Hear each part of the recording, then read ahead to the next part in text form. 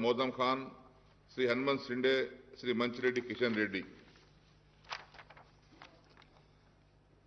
Now, general discussion on the annual finance statement budget for the 2022-23.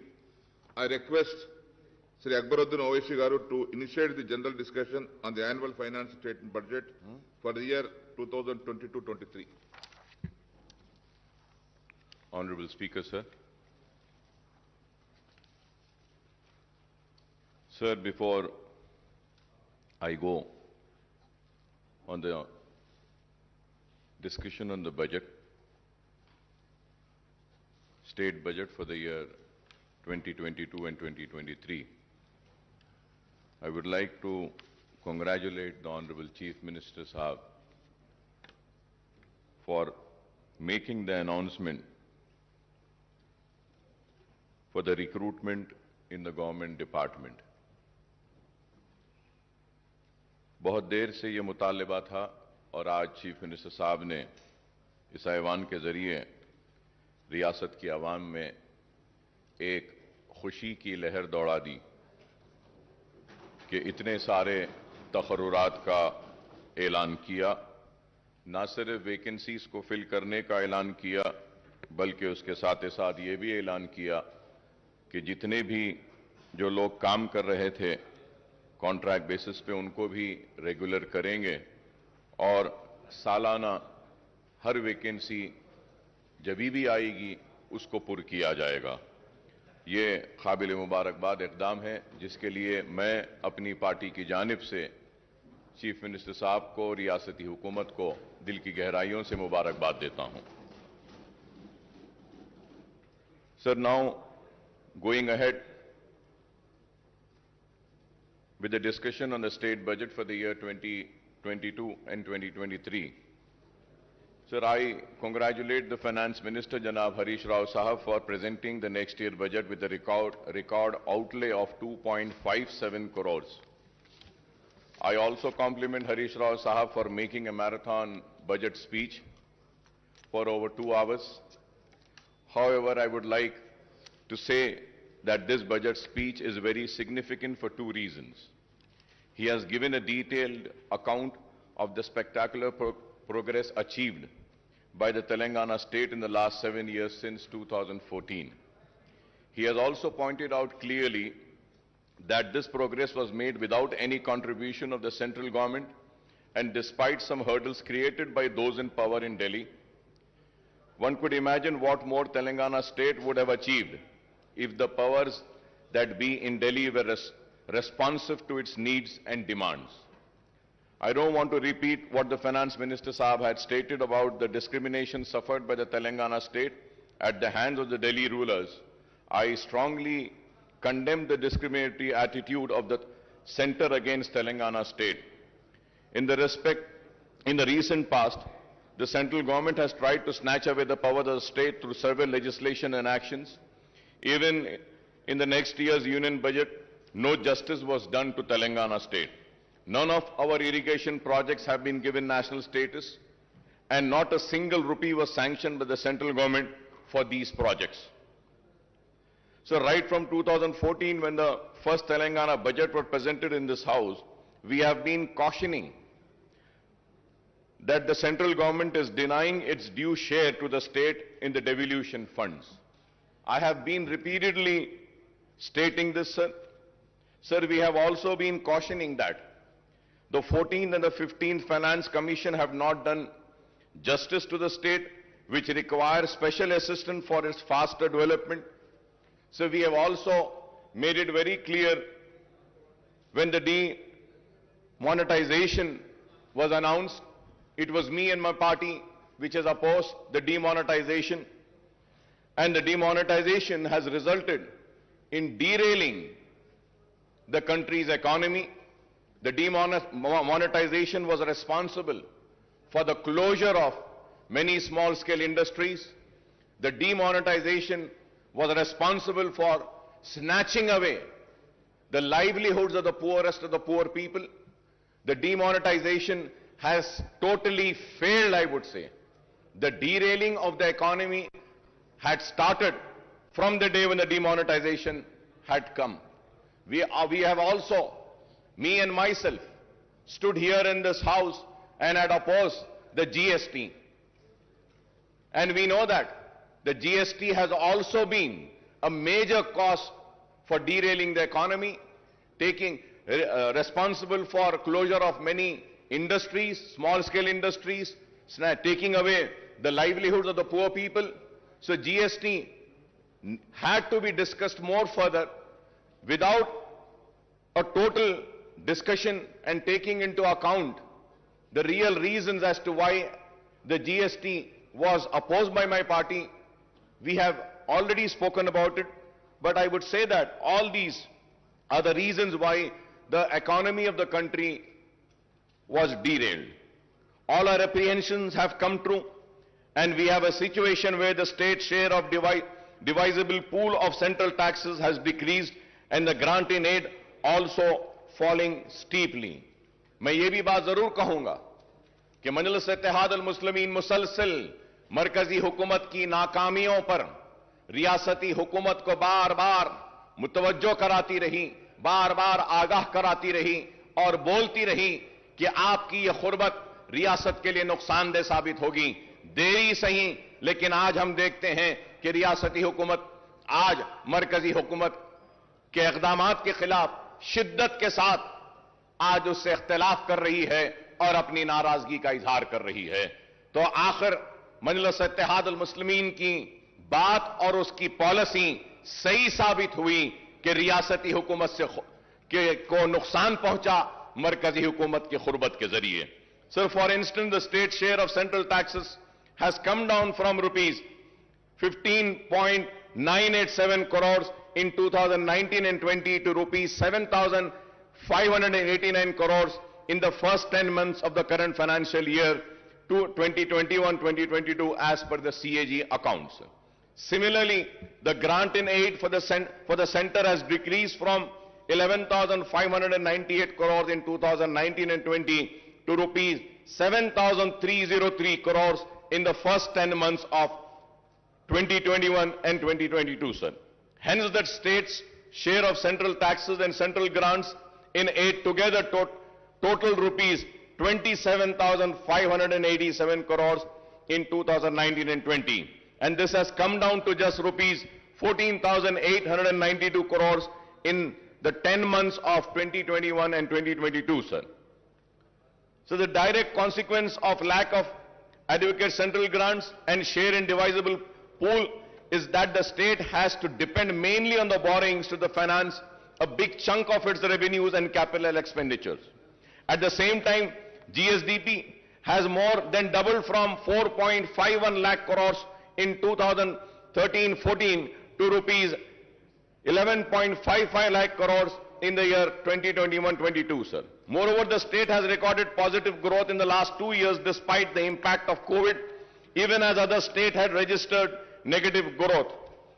It is gratifying to note that Telangana's per capita income has risen from rupees 1.24 lakh in 2014 and 15 to rupees 2.79 lakhs in 2021-22, which is significantly higher than the average national per capita income, sir. Coming to the state budget estimates for the next financial year, the finance minister has projected total revenue and expenditure of rupees 2.57 lakhs crores. The revised estimate for the current year is rupees 2.10 lakh crore as against the budget estimate of rupees 2.30 lakh crores, sir.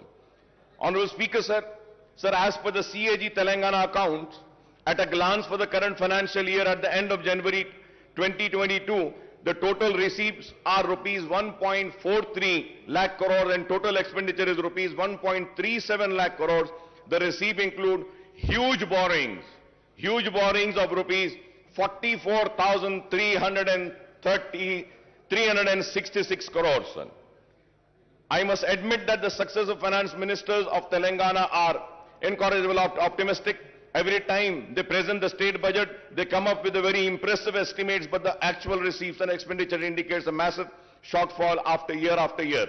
Not only the estimates of the share of central taxes and the grant in aid are on a higher side, every time, but the estimate of state-owned taxes revenue and non-tax revenues are projected beyond capacity of the revenue earnings department, sir. Let us take the figures of the current year's budget estimate and the actual for the last 10 months, sir.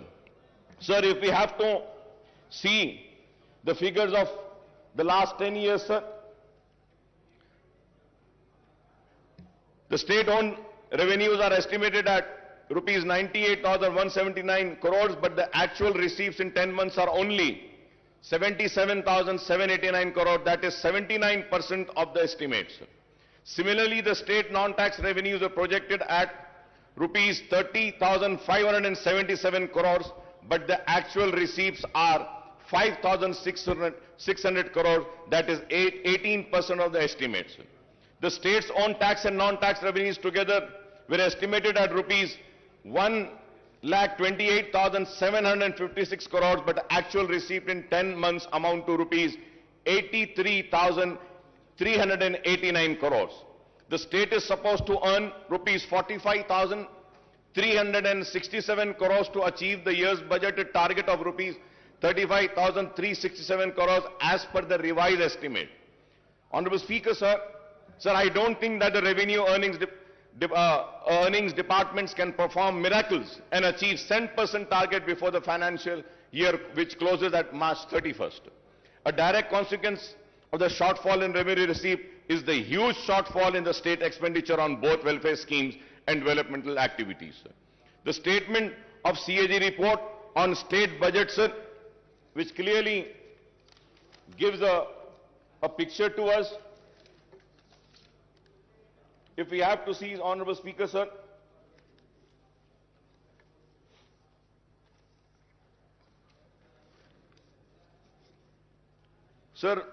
further going ahead with the rising debt, sir, Telangana outstanding public debt will reach rupees 3,29,988 crores in 2022-23, accounting for 25% of gross state domestic product, sir. Sir, Honorable Speaker, sir, going further ahead, in the year 2019 and 20, the outstanding public debt stood at rupees 2,05,858 crores. Thus, the next year outstanding debt represents a massive increase of rupees 1,24,130 crores on the outstanding debt in 2019 and 20. The outstanding debt share of GSDP is set to increase to 25% from 22%, sir. Interest payment on loan will increase from rupees 17,000. This is a very important point, sir. Interest payment on loan will increase from rupees 17,584 crores in 2021-22 to rupees 18,911 crores in 2020 to 2023, and the debt repayment of principal amount will also increase from 6,460 in 2021-22 to rupees 8,336 crores in the year 2022-23. Sir, we may say that raising a loan is acceptable, but it should only be used for capital expenditure. Sir, I may point out that the actual debt component will be much higher than the projected figures. So the loan raised by the various corporations and bodies, including the Greater Hyderabad Municipal Corporation, are not shown in these figures, but these should also be considered outstanding debts because the state government stand guarantee to these loans. The loan amount should be spent on infrastructure project rather than welfare schemes, Honorable Speaker, sir.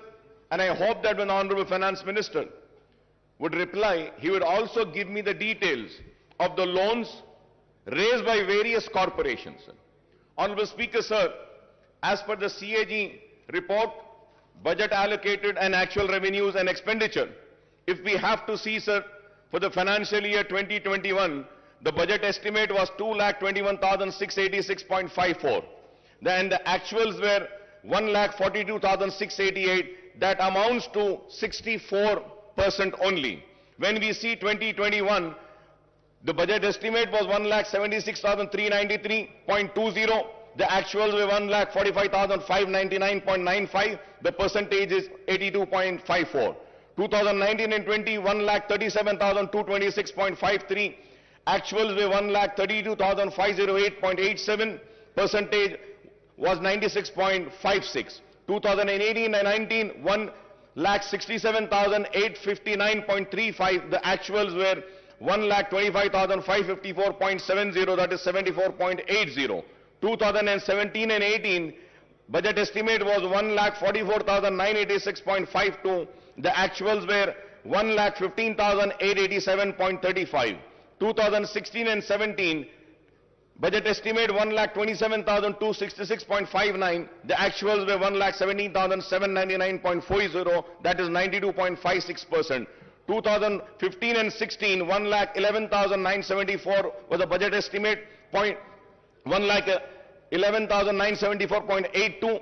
The actuals were 96,051.29. That amounts to 85.78%. 2014 and 15, the budget estimate was 97,563.61. The actuals were 63,323.29. That was 64%, sir. Sir, when we see the budget estimate and the actuals, now let us see the table of the expenditure. Sir, when we see the expenditure for the year 2021 and 2022, sir, again if we see the budget estimate was 1,98,430.21, but the actuals were 1,37,190.44. That was 69.14 in the year financial year 21-22. When we go to financial year 2020 and 2021, the budget estimate was 1,60,731.00, but the actual expenditure was 1,34,731.68. That is 83.82%, sir. For the financial year 2019 and 20, the expenditure, budget estimate expenditure was 1,28,330.51, but the actuals were 1,23,809.09. 2018 and 19, the actual expenditure was, budget estimated was 1,58,823.80, but the actual expenditure was 1,16,804.25. That amounts to 73%, sir. Sir, again if we see 2017, the budget estimate for the expenditure was 1,39,441.00, but the actuals were 1,09,384.62. That amounts to 78.45%, sir. 2016 and 17, 1,26,519.49 was a budget estimate for expenditure, but the actuals were 1,14,397.62. That amounts to 90.42, sir. So 2015 also, it was 1,09,582.72, and the actuals were 90,818.44. In the year 2014 and 15, 94,890.50, but the actual expenditure was 61,840.48, sir. So now, if we are seeing these figures, so it is very clear that what has been the actuals and what has been the expenditure, what has been the budget estimate for the receipts and what has been the actuals, and also the expenditure, what was the budget estimate for the expenditure and what has been the actual, sir. Sir, now going further ahead, sir, the state government claims that the Telangana is at the bottom of the list in the terms of GSDP ratio on public debt. In 2021, the outstanding loan was 2,44,119 crores, and in 2021 and 22, it stood at 2,85,120. If I am wrong, I may be corrected, sir. But as per my research and my work which I have done, the outstanding loan for the year 2021 is 2,44,119 crore, and in 21-22, it stood at 2,85,120 crores, sir. The loan raised for the open market would amount to rupees 2.89 lakh crores out of the rupees 3,29,988 crore outstanding debt in the coming fiscal years. These figures, if are wrong, I may be corrected, sir. So the budget has proposed to borrow rupees 53,970 crores through market borrowing in 22-23 against 47,500 crores in the year 21-23. In 2020 and 2021, the market borrowings were 43,784 crores. The overall debt burden of the state government will stand.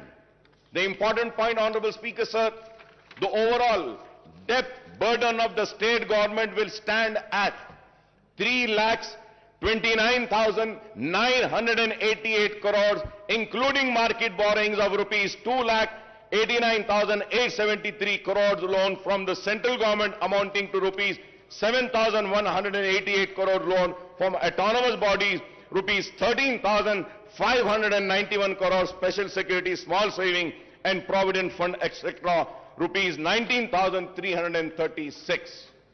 So this is the state of loans. So I would like to welcome the important announcement made by the Finance Minister Saab in the budget speech.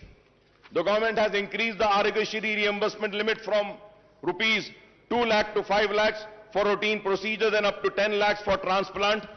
However, Honorable Speaker, sir, the allocation for Aarogyasri has come down from rupees 720 crores to 605 crores in the next year's budget, sir. Sir, at the same time, Honorable Speaker, sir, I would like to bring across is that the rates which have been fixed by Aarogyasri are the rates which have been fixed long back, more than 15 years back. The rates were fixed. The rates needs to be revised. The revision of rates are very important. Many private hospitals are not admitting the Aarogyasri patients. The reason is that the rates are very low. And most important, Honorable Speaker, sir, जब एक बीमार critical condition में आता है, critical care के लिए जब आता है और उसको सीसीयू में अगर ले जाना पड़ता है, Honorable Speaker, sir, the rates of Aarogyasri are only 4,000 rupees. Critical care unit में 4,000 में तो इलाज नहीं हो सकता. Sir, many hospitals in CCUs, they charge 40,000, 50,000, and few hospitals charge 1 lakh rupee a day. And the hospitals which MIM party runs, 2 hospitals we run. Sir, in those hospitals we charge only 11,000. No profit, no loss basis. But still, Aarogyasri is giving only 4,000 rupees. So with this, we cannot treat the poorest of poor patient. So kindly through you, I request the Honorable Health Minister, also the Finance Minister, to kindly look into this and please revise the rates of Aarogyasri, because it's the responsibility of the government to provide good health care and good education to the people. Sir, going further ahead, sir, the diet charges for cancer and TB patients have been increased from rupees 56,000 to rupees 112 and rupees 40 to rupees 80 for other patients, and this is welcome relief, sir. Sir, I may recall that in the previous budget session also I had raised the issue of pending bills of the private hospitals under Aarogyasri, but the issue is yet to be sorted out, and I hope that these issues are being taken care of, sir. Sir, I also welcome the announcement that the first women university in the state of Telangana will be established soon. I understand that the University College for Women at Koti, which is an autonomous college under Osmania University, will be upgraded to be a women's university.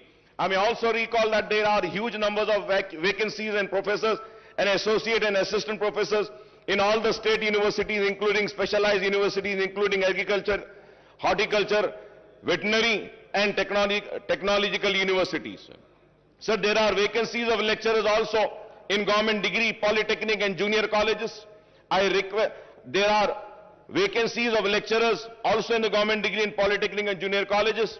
I request the government to take an early decision on the issue of raising the retirement age of the university faculty in all state and specialized universities to 65 years on par with the faculty of medical college, sir. Sir, I request the government to decide on the organization to take up the recruitment of the university faculty and the government lecturers, that is whether it should be done by Telangana State Public Service Commission or Telangana State Council for Higher Education or a new recruitment board to be constituted. Well, now we have announced that we are going to fill up all the vacancies. This is very important, sir. This is very important. I request the government to decide on the organization to take up the recruitment of the university faculty and the government lecturers, that is whether it should be done by Telangana State Public Service Commission or State Council of Higher Education or a new recruitment board to be constituted, sir. So I repeated this point because it's very important. After the announcement made today by the Honorable Chief Minister, sir. Sir, after a gap of 3 years, the government has decided to implement the lowered age limit of Asra pension from 65 years to 57 years. Sir, I may point out that as many as 3.3 lakh applications with the earlier age limit are pending and 7.80 lakh new applications have been received after reduction in the age limit. So I would like to also say that almost 11.10 lakh applications have to be cleared immediately to disburse the old age pension from new financial year commencing on 1st of April, sir. Sir, in the last 7.5 years, the government has spent 46,650 crores on Asra pension and the number of beneficiaries have gone up to 38.41, sir. I would like to congratulate the government for this Asra pension, sir. It is very good, sir, that we are doing a wonderful work in Asra pension, and I think it is the only state in the entire country which has given or sanctioned so many applications, sir. So with this, the sanction of pending applications, the number of beneficiaries may reach 50 lakhs, and this may require much higher outlay than the proposed rupees 11,728 crores in the next financial year, sir. Sir, when it is going to go to 50 lakhs, I don't think 11,78,000 crores which has been allocated for the next budget would not be sufficient. This needs to be looked into. Going ahead on the education, sir. Sir, we also have welcomed Mana Uru Mana Badi and Mana Basti Mana Badi program launched by Honorable Chief Minister Janab KCR Saab on Monday. The government has taken the initiative to introduce English medium in all the government schools on par with corporate school. Under the Mana Badi scheme, provision of infrastructure in all the government schools will be taken up in phased manner. However, while infrastructure development necessary, what is more important is that the filling up of all teaching, non-teaching posts in the government schools, which has been announced today by the Honorable Chief Minister Saab. And about 26 lakh students are studying and 1 lakh teacher posts are sanctioned in the government schools across the state. Official estimate that there are about 25,000 vacancies, and I hope after the announcement of today, the vacancies, including the Urdu medium vacancies of 530 teachers posts of all types of posts in the school education department, first promotion would be completed in the district level, which are pending for the last 20 years. The remaining posts will be filled through direct recruitment, and but out of the 4,379 posts of headmaster, 1,946 posts are vacant, and I hope after today's announcement, these vacant posts will be filled. In 594 mandals and 528 mandal education officers posts are also sanctioned. Only 20 regular MEOs are working, and remaining 508, that is 95% in charge, are working as MEOs. Sir, we have also made a repeated demand, and once again I would like to come on record and say that about a separate DSC to be conducted for Urdu medium. Sir, we had meetings with the Honorable Education Minister, Madam Sabita Indra Reddy साहिबा के साथ हमारी meetings हुई, लेकिन आज तक भी separate Urdu DSC का हुआ नहीं. डी रिजर्वेशन जो होना है वो भी नहीं हुआ आज तक, और उर्दू मीडियम के स्कूल्स में हमने बहुत सारी बातें रखी थी, वो भी नहीं हुआ. And at the same time, sir, so for so many years, the sweepers and attenders post in school education department are being removed, sir. निकाल दिए गए साहब.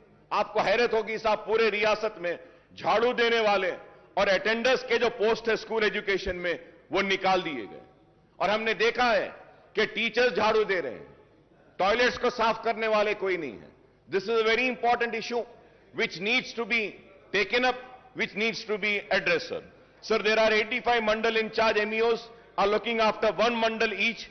One MEO is in charge of 7 mandals. 8 MEOs are in charge of 5 mandals each. 24 MEOs are handling 4 mandal each. 59 MEOs are overseeing 3 mandal each, and 87 MEOs are managing 2 mandal each, sir.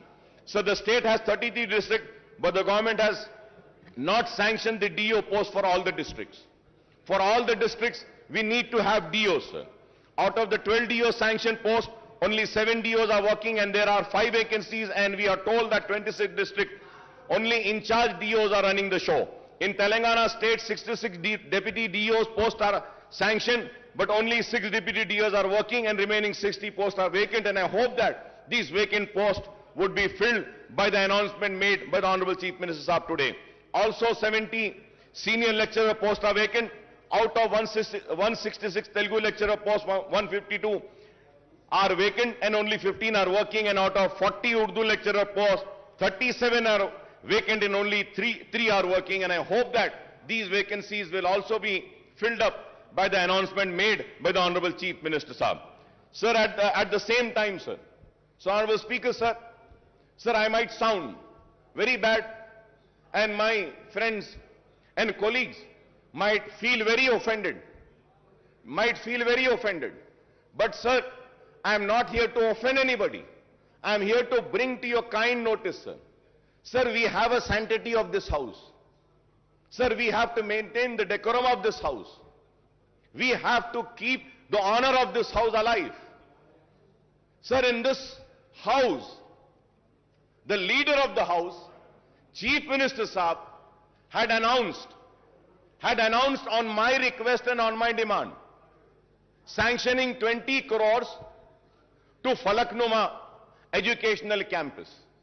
He had announced sanctioning amount to Chanchalguda Educational Campus. He announced the same to Hussaini Alam and Golconda Educational Campus. And the announcement has been made 3 years back, sir. आज तक एक पैसा नहीं दिया गया साहब.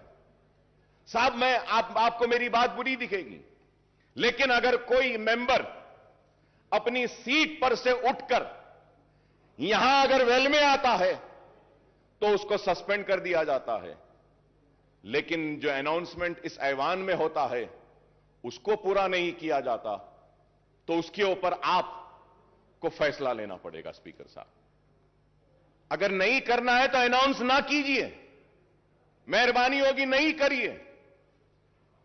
इस ऐवान के लिए कह रहा हूं मैं, इसके वखार के लिए, इसकी इज्जत के लिए कह रहा हूं. अगर इस ऐवान में होने वाले अनाउंसमेंट को पूरा नहीं किया जाता तो फिर यह ऐवान की इज्जत की धज्जियां उड़ाने के बराबर है.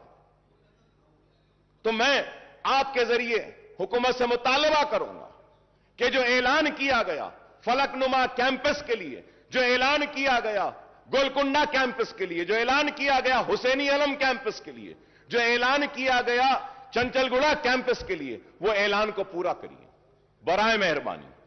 Sir, going to GHMC, sir. So the finance minister had recounted the infrastructure development taken up in the GHMC area since 2014, particularly under SRDP, CRMP and SNDP. However, the fact remains that the state government has not provided grants to the GHMC for taking up these work, and hence the GHMC has to go for massive borrowings from the banks and also raising the municipal bond to finance these projects. Sir, the GHMC has raised bonds of 1,000 crores and borrowed 3,900 crores for SRDP work, 1,500 crores for CRMP work, and 858 crores for SNDP work, sir. Some of the SNDP works costing to rupees 225 crores are taken up in the surrounding municipality and municipal corporation with the GHMC borrowing. From 2014 onwards, GHMC is in serious financial crisis as the grant for both the central government and the state government have decreased considerably, and the state government is not even paying property tax of rupees 300 crores per annum on its buildings. जो government के building हैं उसकी property tax के जो 300 करोड़ है वो भी GHMC को नहीं दी जाती. On the other hand, the GHMC is paying 1 crore every day, that is rupees 365 crores per annum for repayment of loan and interest on borrowing. Honorable Speaker, sir, every day the GHMC is paying 1 crore. Sir, at the same time, sir,